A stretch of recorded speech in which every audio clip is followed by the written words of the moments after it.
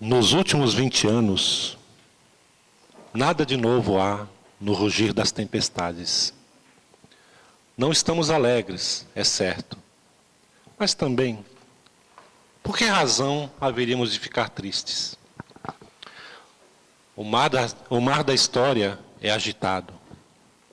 As ameaças e as guerras, havemos de atravessá-las, rompê-las ao meio, cortando-as como uma quilha corta as ondas. Mayakovsky. Aliás, para quem conhece, é um conterrâneo de vocês, João Bosco, que coloca esse poema na abertura do Corsário, né? Ele declama, mas ele declama um texto maior. Pronto, deu aí, né? É. A gente precisa se virar porque estava com um problema, está um pouquinho lento. Bom dia a todas e todos. Agradeço o convite, meio em cima da hora. E eu sou meio rebelde, vocês viram que eu não mandei nem currículo aqui para o sindicato, porque eu estou já aposentado dessa discussão, né, dessas coisas. Fui dirigente por 20 anos da FENAJUF do Sindicato de São Paulo. E eu já tive aqui em Juiz de Fora, se não me engano, né? Aqui no outro encontro. Olha, gente, me pediram para falar sobre carreira e sistema remuneratório, e eu não mandei também nem nome para a palestra, porque eu queria mais bater um papo com vocês, porque eu acho que a gente vive um momento de formulação, né? A gente viveu um momento assim, há 5 anos atrás, há 4, 5 anos atrás, em 2007, 2008. Eu estive aqui um pouco depois, acho. Mas é um tema que convive conosco, ou nós convivemos com ele há mais de 15 anos, que é a discussão de carreira. Então, eu queria fazer mais uma conversa, mas como ontem o Rodriguinho usou aqui o PowerPoint, vou usar também, senão pega mal para mim, né? Porque o cara usou. Pode passar. Então, eu ia comentar com a Débora, a gente acabou não conversando muito, porque a discussão de sistema remuneratório, ela envolve alguns aspectos que estão dentro do plano de carreira, né? Mas o plano de carreira é muito mais do que um sistema remuneratório. E essa foi a grande polêmica que se abriu na categoria depois da elaboração do plano de carreira da FENAJUF. Porque as pessoas, quando se aprova o PCS, né, quando o plano de carreira se dilui em PCS, né, as pessoas entenderam que, de fato, era melhor nivelar o debate pela discussão remuneratória, e aí surgiu aquela grande polêmica da questão de subsídio ou não. Então, eu vou mencionar um pouco o subsídio, mas passando porque também é uma questão que eu não sei onde estão os companheiros que defendem o subsídio, porque, em geral, não se ouve mais falar. E eu posso até dar o meu ponto de vista do porquê isso aconteceu, né? Mas eu acho que o tema central mesmo é carreira, né? E aí, eu sempre, desde 2007, eu venho discutindo esses 3 pontos aqui, né? Em relação à carreira, né, não existem respostas fáceis, não existem respostas prontas e nem verdades absolutas. Então, quem disser, não, a carreira é assim, não é. A carreira não é assim. A carreira... Partindo porque existem alguns condicionantes no plano técnico. De fato, você tem elementos, né, que balizam o debate. Mas nós estamos fazendo um debate com a categoria, né, e a partir de sindicatos. Então, se eu disser que tem resposta pronta e verdade absoluta, acabou o debate, né? Então, obviamente, como nós queremos debater e construir juntos, né, o que é a realidade desse debate? É aquilo que a gente alcançar nas nossas discussões, né?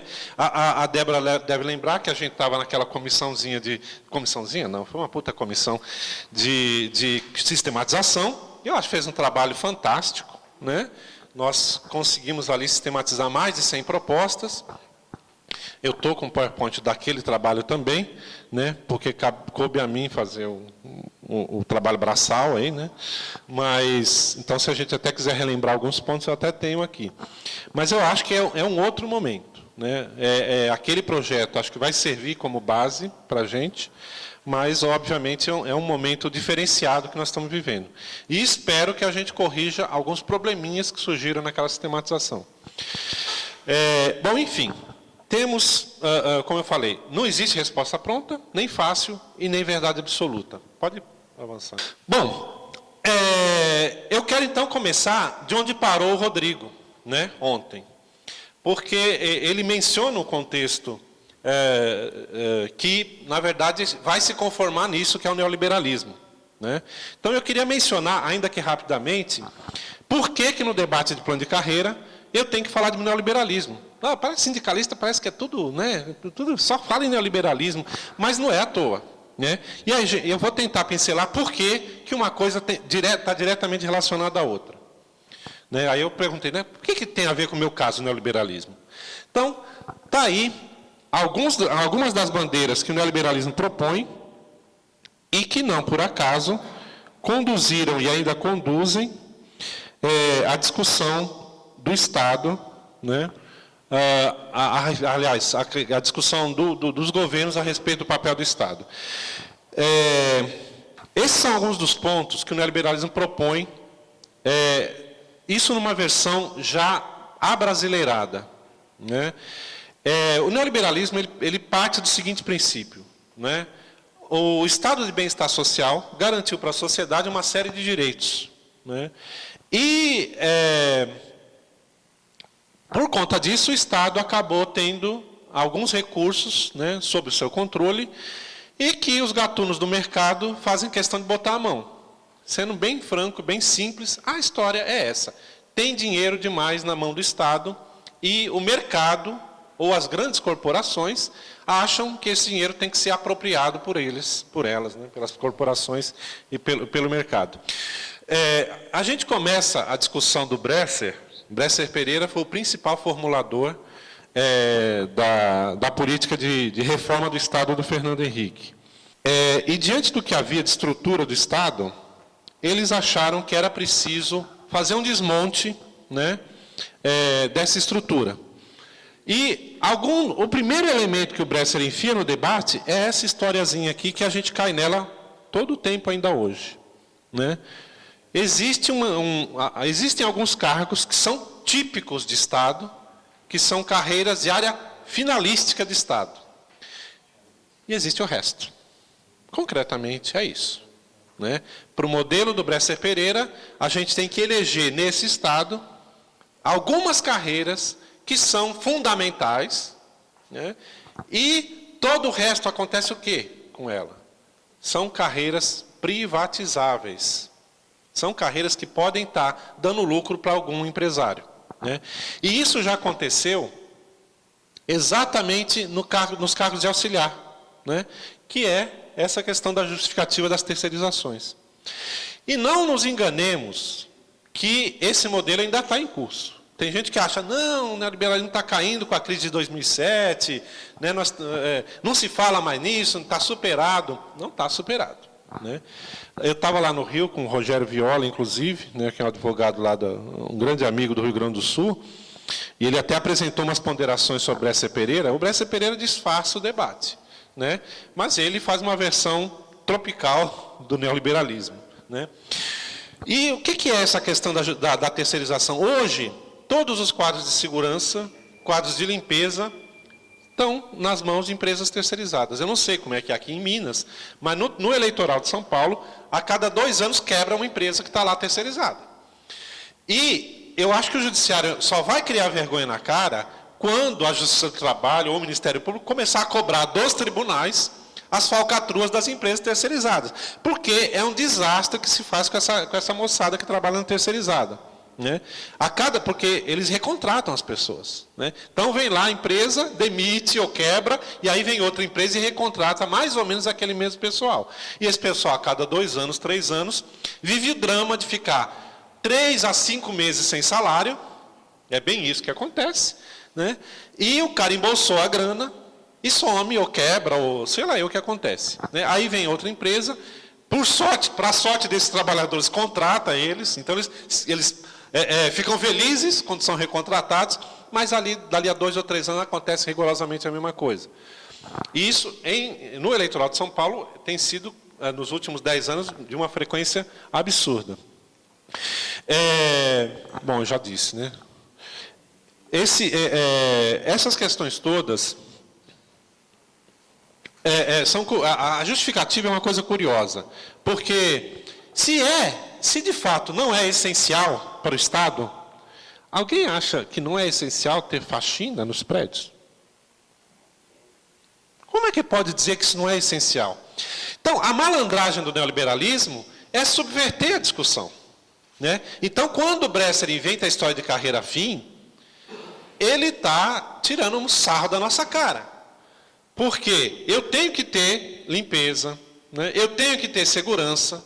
Até o café. Já pensaram como é que fica sem cafezinho na repartição pública ou no trabalho? Não existe empresa nesse país que não tem um cafezinho, um chazinho lá, né? Algumas botam a maquininha e resolve, né? Agora, será que o juiz vai lá fazer café ou botar na maquininha? Vai ter alguém para servi-lo, né? Eu acho que o juiz não abre mão do cafezinho, ou será que abre? Os assessores não abrem mão do cafezinho. E a gente também não abre, né? Eu não tomo, mas eu sei que o momento café é um dos momentos mais gostosos do trabalho, né? Em que a gente reúne lá e conversa. Então, eu acho que nós precisamos reconstruir a nossa concepção. Alguns desses trabalhos tidos como dispensáveis são essenciais. Por exemplo, limpeza, né? É um descalabro quando a gente fala em saúde, por exemplo, e esquece os garis. Como é que foi o lance da peste? Não foi sujeira. Se você não tiver saneamento e não tiver limpeza urbana, o potencial para doenças é enorme. Então, alguém inventa a história de que esse serviço é dispensável. Então, gente, vamos refletir muito sobre isso. Mesmo a gente que trabalha no judiciário e que parece que existe uma área fim, né, que é a judiciária, mas vamos repensar esses conceitos. Porque a gente caiu na conversa do Bresser, né, e até hoje a gente acha que faz sentido discutir área meio e área fim. Eu quero ver o tribunal funcionar sem a contabilidade. Eu quero ver o tribunal funcionar sem zeladoria. Não funciona. Não funciona. E como é que não é essencial? Né? Pode passar. Então, aí começa essa discussão. Isso aqui eu já comentei, né? Que a terceirização é, na verdade, a precarização do trabalho, mas também a privatização do trabalho público. Porque qual é a realidade? Eu não tenho, infelizmente, os dados atuais, mas qual é a realidade da terceirização? O tribunal gasta, eu não vou saber valores, eu não lembro, alguém lembra o valor do auxiliar, o teto do auxiliar? Eu não vou lembrar, mas que seja lá 2, 3 mil reais, né? O teto. O tribunal paga cerca de 3 a 4 mil para uma empresa terceirizada, né, por trabalhador. O dono da empresa abocanha 3, 4 mil reais, paga no máximo R$1.000 para o trabalhador terceirizado, quando paga. Ou seja, o que está acontecendo de fato? Ao invés de eu ter um trabalhador ganhando 2, 3 mil reais, o mínimo do Diese está em 2.700, 800, se não me engano, ou menos, não sei se alguém lembra. Enfim, está acima de 2 mil reais. Ao invés de eu ter um trabalhador ganhando um salário mais ou menos digno, eu tenho um patrão do empregado abocanhando a parte mais digna do salário e pagando uma miséria para aquele trabalhador. Só que quem está gastando essa grana? O Estado. Qual é a diferença? Qual é a diferença? Isso se chama concentração de riqueza. Porque eu, ao invés de dar salário para o trabalhador, eu pago para alguém para dar uma caixinha para ele fazer todo o serviço, né? Então, essa é a grande questão em torno da terceirização. É um sistema de malandragem mesmo, diga.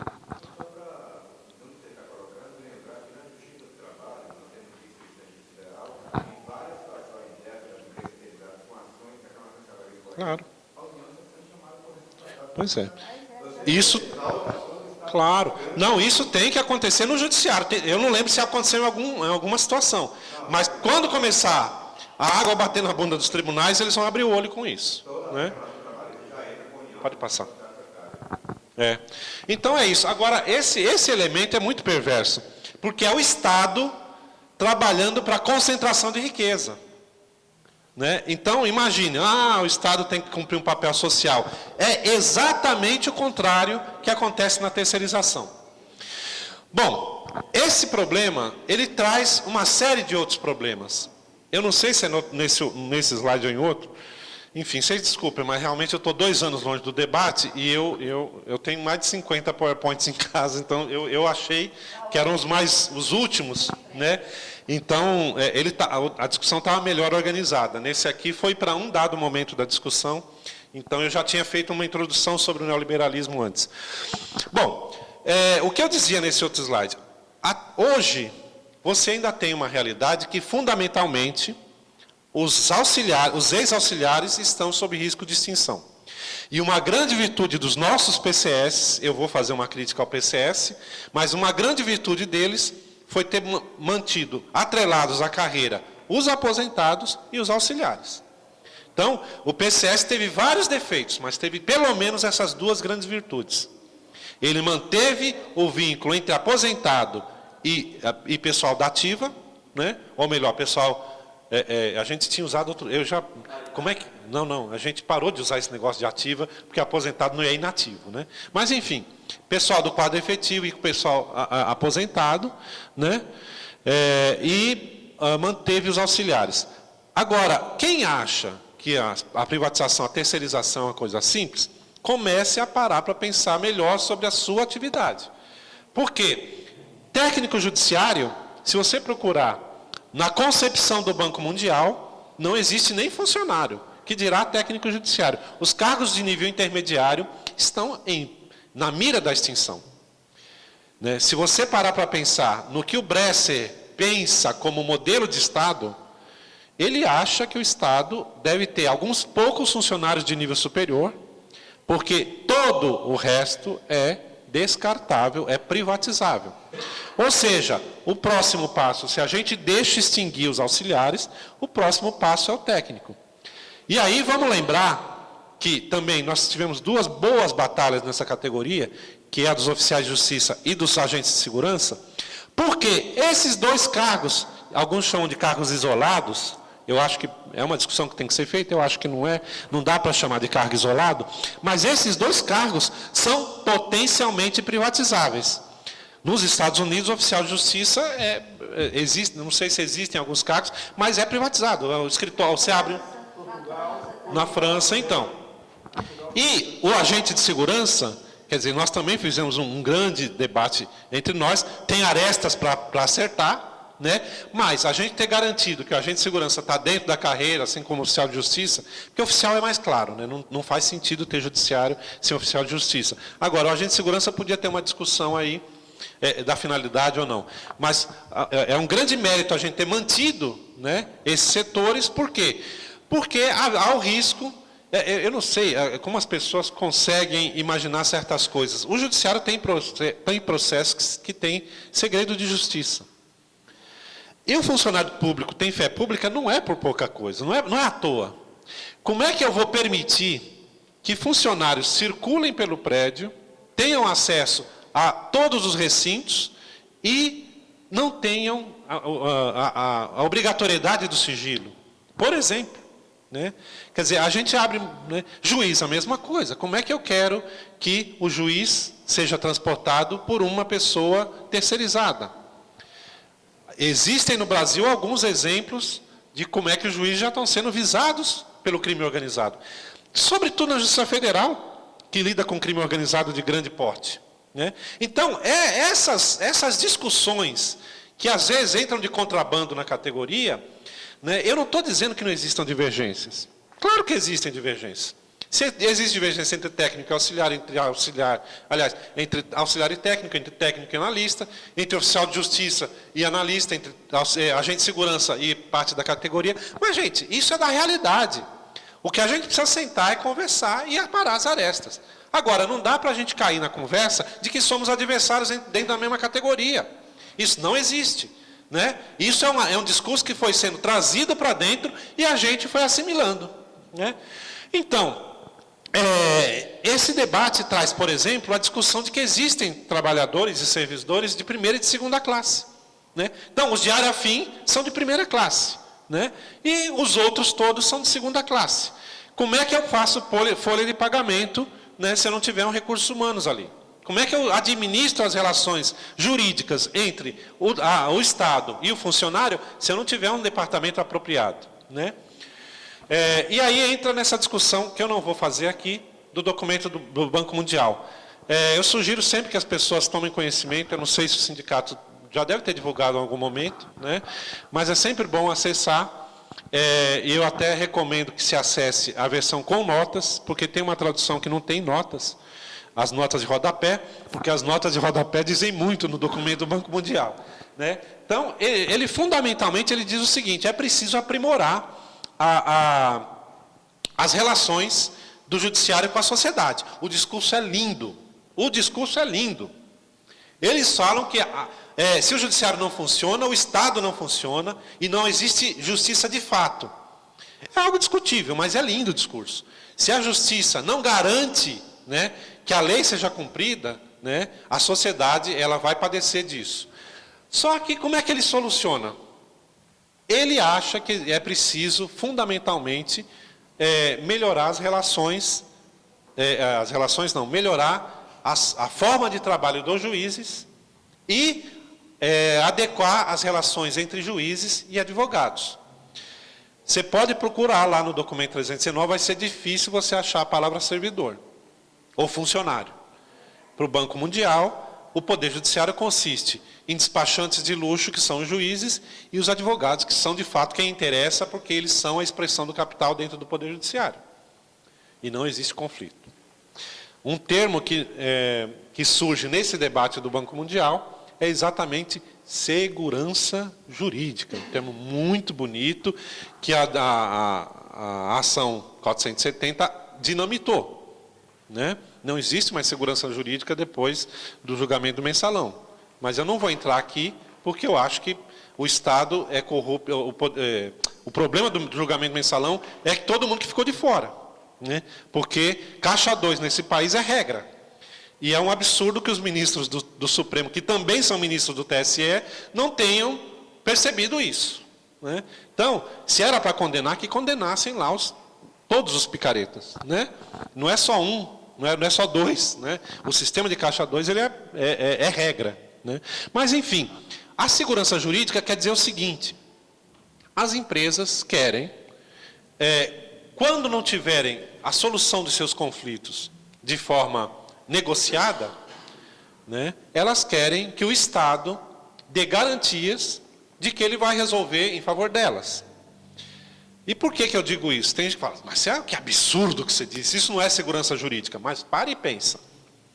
Segurança jurídica é o seguinte: nas causas assemelhadas, o judiciário tem que decidir de forma assemelhada.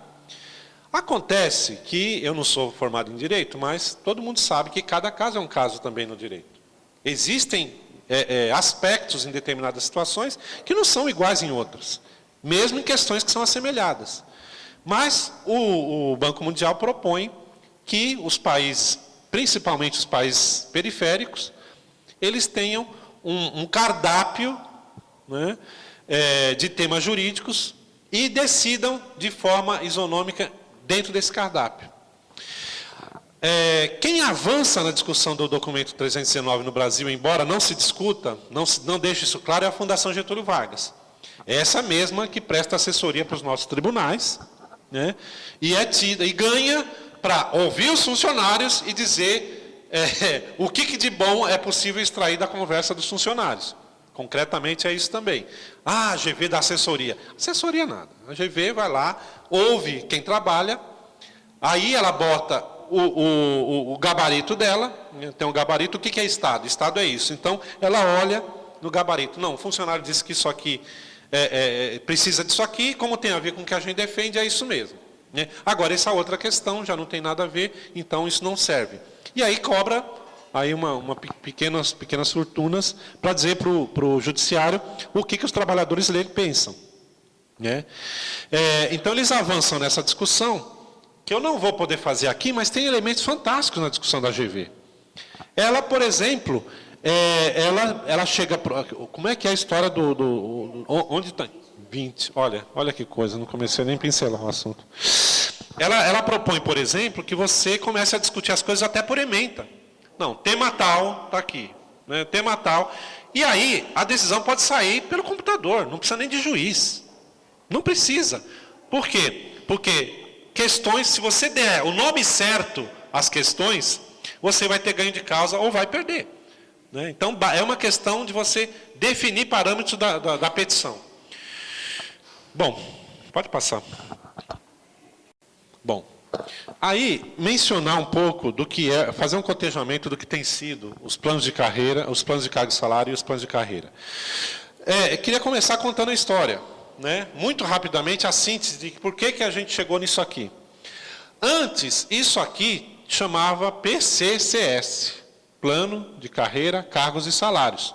Aí, lá em 95, nós fomos ter uma audiência com o ministro Sepúlveda Pertence, e ele tinha um assessor, o diretor-geral, aliás, que era mestre em educação pública, mestre ou doutor em educação pública, que era o Alisson Mitrô.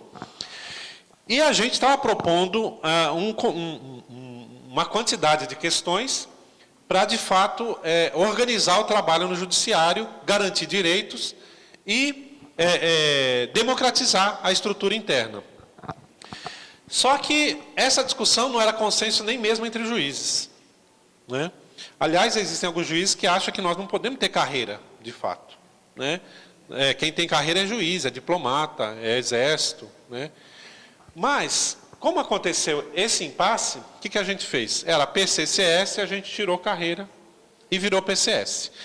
Agora, esse nomezinho aqui é uma construção política nossa, dos trabalhadores e trabalhadoras, né? E depois virou marca. Várias categorias depois começaram a pedir plano de cargo e salário. Começou com a gente, né? Só que aí, existem algumas questões que são fundamentais. A primeira delas é o foco, né? Enquanto na carreira o seu foco é a discussão de carreira, e o que é? Tudo que diz respeito à relação de trabalho entre o judiciário e a categoria, o PCS fundamentalmente é salário mesmo. Não tem muita... Né? A carreira, ela permite uma visão de todo, né? Então, quando eu discuto plano de carreira, eu tenho que dizer por que o analista tem essas atribuições e não aquelas, e por que o técnico tem essas atribuições e não aquelas, e o que tem a ver um cargo com o outro, como é que eles se harmonizam, né? Isso todos os cargos, né? Agora, o PCS, como é que ele trata os cargos? Ele enquadra numa tabela. Fundamentalmente é isso. O máximo que você pode discutir nessa questão é se tem o chamado overlap, né? Se o cargo... Porque no primeiro PCS a gente estabeleceu que os últimos padrões, os primeiros padrões dos cargos técnico e analista coincidissem com os primeiros padrões do cargo abaixo, né? Então, a carreira do técnico começava alguns padrões do final da carreira do auxiliar. Isso caiu, a categoria achou que estava errado, e hoje tem muita gente que reivindica. Porque a nossa lógica é a seguinte, como está tudo organizado em termos de escolaridade, o que a gente estava dizendo naquele momento era o seguinte: um funcionário de carreira que está há muito tempo no judiciário, ele tem mais valor agregado para o judiciário do que um funcionário novo. Essa é a realidade da sobreposição de carreiras. Esse é o raciocínio por trás. Se a gente discutisse um plano de carreira de fato, isso estaria mais claro. No PCS 2 caiu, né? E eu já tenho ouvido pessoas dizendo que tem que voltar essa formulação. Eu não lembro como é que está no 4. Não tem não, né? Não tá, né? Mas eu já ouvi dizer... Ouvi várias pessoas defendendo essa sobreposição. Bom, eu vou deixar o PowerPoint aí com vocês, porque eu não vou conseguir discutir tudo isso aqui, tá? Todos esses elementos. Agora, os dois aspectos que eu acho centrais, né, depois dessa conceituação, é a questão da perspectiva. A perspectiva da carreira é uma perspectiva de Estado. É você pensar o trabalho a partir do interesse do Estado e eu agrego um outro elemento, a partir do interesse da sociedade. Quando eu discuto plano de carreira, eu não tenho como fazer isso. É uma perspectiva tática mesmo. Na verdade, eu quero salário e eu preciso justificar de alguma forma esse salário. É o contrário, né? Você tem que dizer, olha, o que eu faço, por isso eu mereço ganhar bem. Né? E o PCS, infelizmente, ele faz o contrário. Esse, talvez, o maior problema do PCS é isso. Eu só estou dizendo para a sociedade, eu quero ganhar bem. Né? E eu prometo fazer isso ou aquilo, mas é mera promessa. Eu não estou dizendo como eu vou fazer isso. Na carreira, a gente tem como dizer como. E aí, eu acho que é muito oportuno a gente discutir isso agora, até porque a sociedade na rua, né? O plano de carreira ele tem o condão de dizer à sociedade que tipo de poder judiciário a gente quer. E ele permite, inclusive, dependendo da linha em que ele for construído, que a sociedade possa se manifestar sobre esse trabalho. Quando eu vou discutir carreira, eu tenho que pensar em 3 elementos. Eu tenho que pensar, eu vou inverter, eu penso na minha necessidade enquanto trabalhador, eu penso na necessidade do Estado, né, enquanto empregador, enquanto gestor de políticas públicas, e eu tenho que pensar no interesse da sociedade. Só que a lógica tem que ser a inversa, porque todos nós somos parte da sociedade. Então, eu não posso pensar numa carreira que seja contra o meu interesse geral. Né? A carreira, ela tem que estar voltada para o interesse público. Público. Por que interesse público? Um debate que não existe mais, parece. O seu Bresser Pereira também fez. Eu tenho que parar de falar do Bresser, porque ele até andou amenizando com a conversa dele. Mas, assim, na formulação de reforma do Estado, isso foi abolido. Por quê? Porque não se quer funcionário público. Se quer postos de trabalho que servem ao Estado, mas que sejam terceirizados. Que sejam empregos públicos e não serviço público. Então, aí eu tenho o interesse público como primeiro aspecto. No segundo aspecto, eu tenho o Estado. E aí não dá para fugir, é um Estado democrático, é um Estado republicano, não dá para fugir ao interesse de gestão. Então, eu tenho que ter interesse de gestão, né, acima de interesses pessoais, né, ou mesmo corporativos. Agora, eu não posso esquecer, obviamente, como a plataforma é dos trabalhadores, eu não posso deixar de lado os interesses corporativos. O que eu tenho que fazer? O plano de carreira ideal vai ser aquele que consiga conjugar interesses dos trabalhadores e trabalhadoras, papel do Estado e as necessidades da sociedade. Né? Eu tinha um outro PowerPoint que eu tinha isso melhor detalhado. Mas o que tiver no meio disso é o plano de carreira ideal. Né? Porque o plano de carreira ideal não é panaceia. Eu não posso acreditar que eu vou ter um plano de carreira, que eu vou resolver todos os problemas da categoria, porque não é essa a sua função. E eu quero reiterar uma coisa que a gente às vezes deixa de falar, mas porque para alguns de nós é óbvio. Salário e política salarial se resolve com database. Nós cometemos esse erro de ir sobrepondo o PCS em cima de PCS e esquecemos que a luta central para nós, enquanto servidores públicos, é política salarial através de database. Nós garantimos isso como direito constitucional. É um direito constitucional. E a gente meio que entregou de bandeja. É uma farsa o que o Executivo faz com database. Ele não tem database. E quando a gente conseguiu convencer o Supremo Tribunal Federal a dizer algo a respeito, ele falou, tem que ter database. Então, decidam. Né? Para que mandado de injunção? Né? Se o Judiciário... Você entra com mandado de injunção e o Judiciário não faz nada, não resolve o problema de fato. Era para ter feito. Não teve coragem. Não cumpriu o seu papel institucional. Né? Então, a grande confusão que a gente tem feito em torno dos PCS tem a ver com isso, gente. Nós temos que ter clareza. A gente fez, porque era uma discussão emergencial, em 95, para vocês terem uma ideia, já acabou 30 já, né? Pelo jeito. Para vocês terem uma ideia, a gente tinha primeiro que as carreiras eram relacionadas a várias carreiras do Executivo, as tabelas. A gente usava a tabela de várias carreiras dentro do Executivo. A gente tinha 60 padrões na carreira. Tinha a ver com tempo de serviço? Não. Não tinha a ver com tempo de serviço. O que é um erro. Carreira tem que dizer respeito a tempo de serviço. Por quê? A melhor carreira estruturada é aquela que prevê que um funcionário público sai da faculdade ou sai da escola, pode se empregar no Estado, se empregar através de concurso e fazer uma carreira. Se a aposentadoria prevê aí 30, 35 anos de trabalho, a carreira tem que pressupor como vai ser esse trajeto do primeiro dia em que essa pessoa entrar até o último dia que ela sair.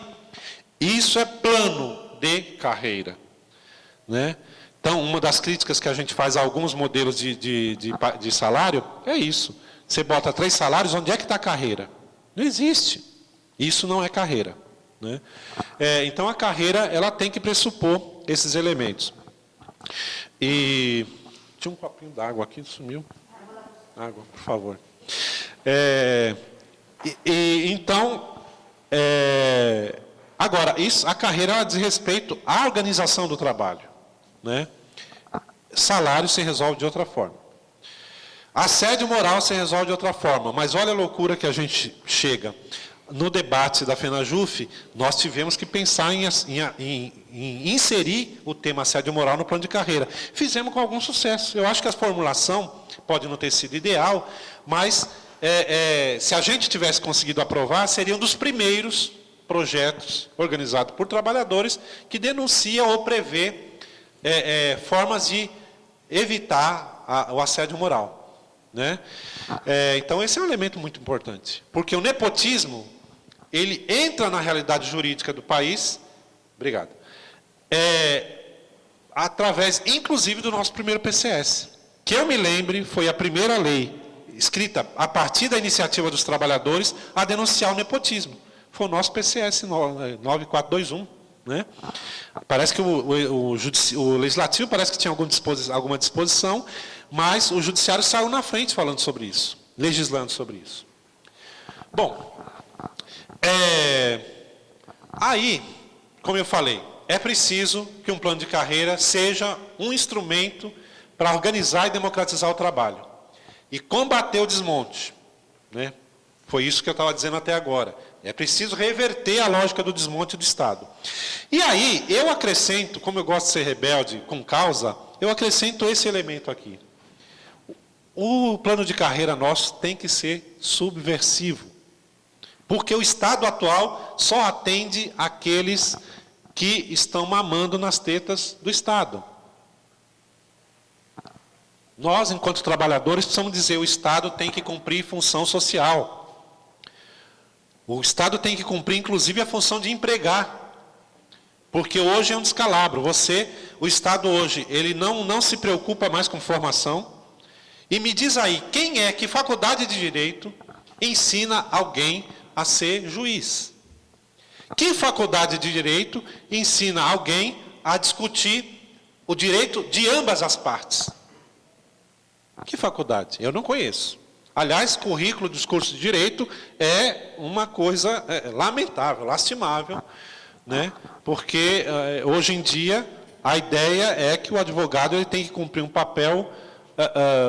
bom, eu não vou criticar muitos advogados, porque nossa categoria é fundamentalmente...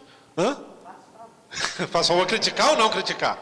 Né? Porque, de fato... Mas a realidade é que também o país não tem dado diretrizes para a formação no direito que atendam ao interesse da sociedade, né?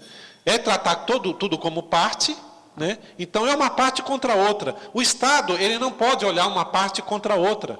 Ele tem que olhar onde é que o interesse dessas partes tem a ver com a realidade do país e com o interesse da sociedade como um todo. No entanto, não é isso que é feito, né? Mas esse é um papel do Poder Judiciário, né? A gente não pode ser só copia e cola, né? Não pode ser. Então, em relação a esse Estado, nós temos... Pode passar. Nós temos que ser...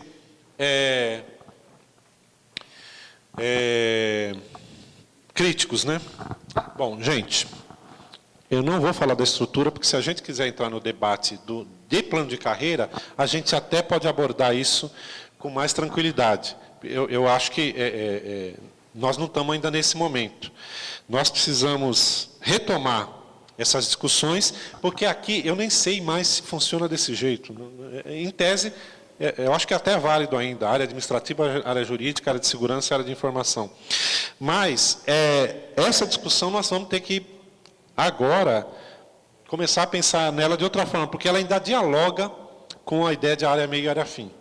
Embora a gente tenha atacado essa questão, eu acho que naquele momento de 2008, a gente ainda não tinha elemento suficiente para discutir. Porque, para nós, isso aqui é uma coisa muito tranquila. Eu tenho uma área administrativa, eu tenho uma área jurídica, eu tenho uma área de segurança.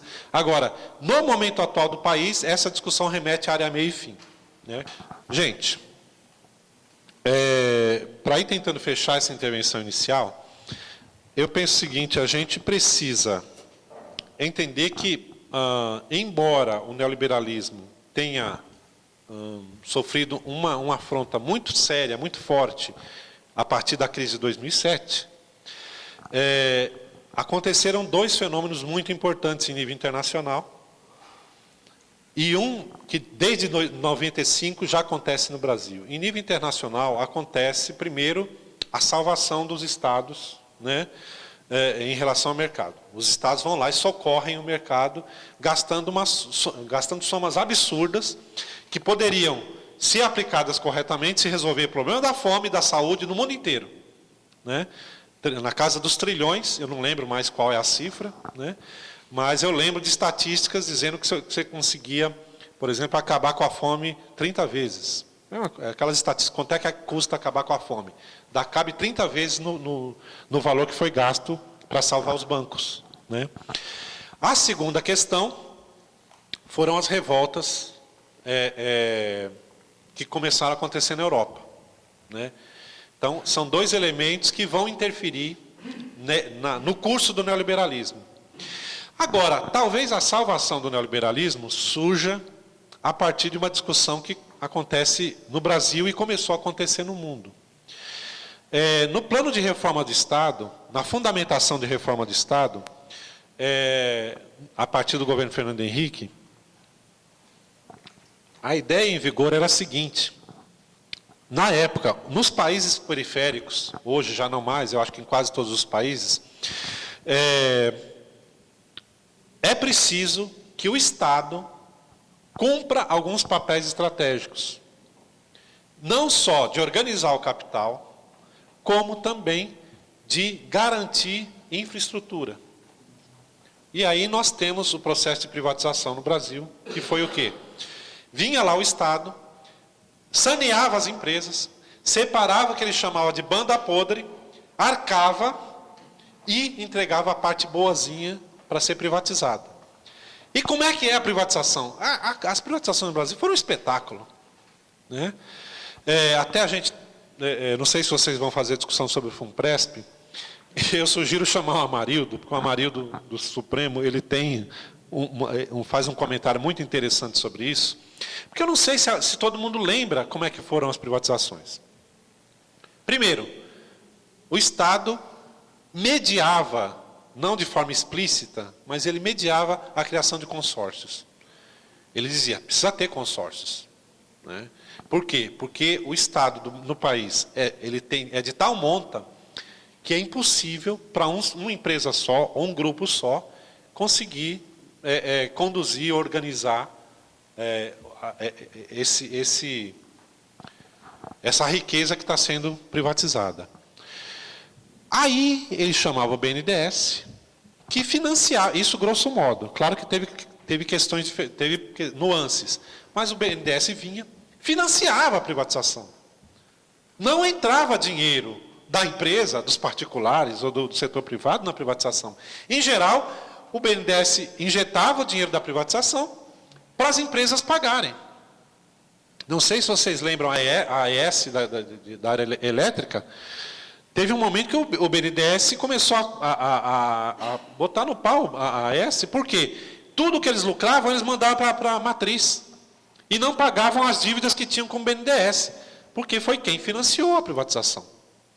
Rigorosamente, dinheiro público indo para atender interesse privado. E quando não usava essa fórmula, ele dizia para os fundos de pensão estatais, preciso parar de falar, né? Já estou errando o português, é hora de parar de falar. Ele chamava os fundos de pensão das estatais, que eram controladas pelo Estado, né, para entrarem com grana. Ué, mas não é privatização? Então, por que eu tenho que ter financiamento público? Por que o Bradesco não financiou a privatização? Oh, por quê? Não é banco? Não vende grana? O papel do banco não é vender dinheiro? Por que o banco, o Bradesco e tal, não venderam dinheiro para fazer as privatizações? Ora, por que será? Porque entra um banco como o BNDES, subsidia juros, ou seja, ele faz uma dívida e ainda paga juros de pai e mãe. Né? E quando isso está muito escancarado, ou o BNDES tem uma margem menor para investir, chama um fundo de pensão. Ué, mas a Previdência não é deficitária? Como é que o fundo de pensão é superavitário a ponto de poder investir? Isso é um outro debate. Daria para a gente falar só sobre esse tema. Como é que pode ter uma Previdência quebrada se eu tenho os fundos de pensão de estatais aí tendo dinheiro para jogar fora? Então tem alguma coisa errada nessa discussão. Bom, a segunda questão é a atualidade, que a gente ainda não sabe onde vai dar. Mas a gente está vendo encerrar aqui, acho, né, um ciclo de um levante popular bastante interessante e atípico. Porque no Brasil não está acontecendo levante igual ao que vem acontecendo na Europa. Né?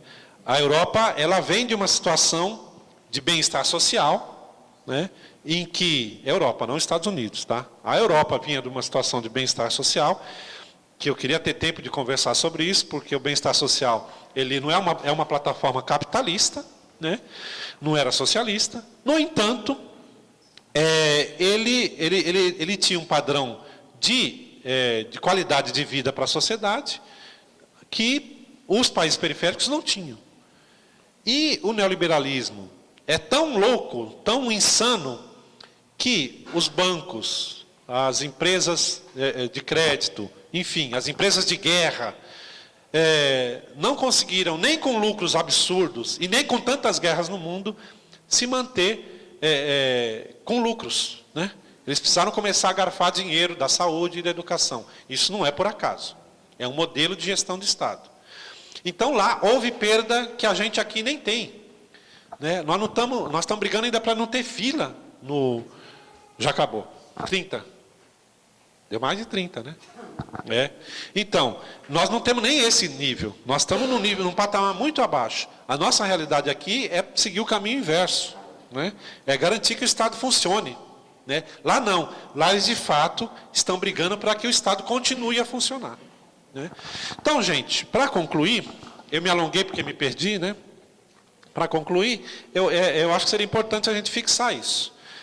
Quando eu for discutir a carreira da categoria, eu não posso esquecer que esta categoria faz parte de um serviço público e esse serviço público existe para atender às necessidades e interesses da sociedade.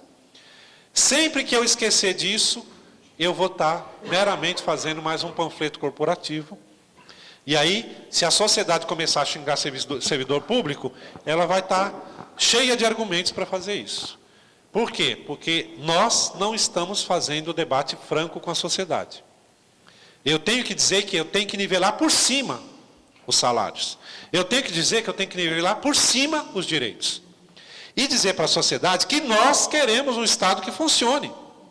Nós queremos um judiciário que atenda aos interesses da justiça no país.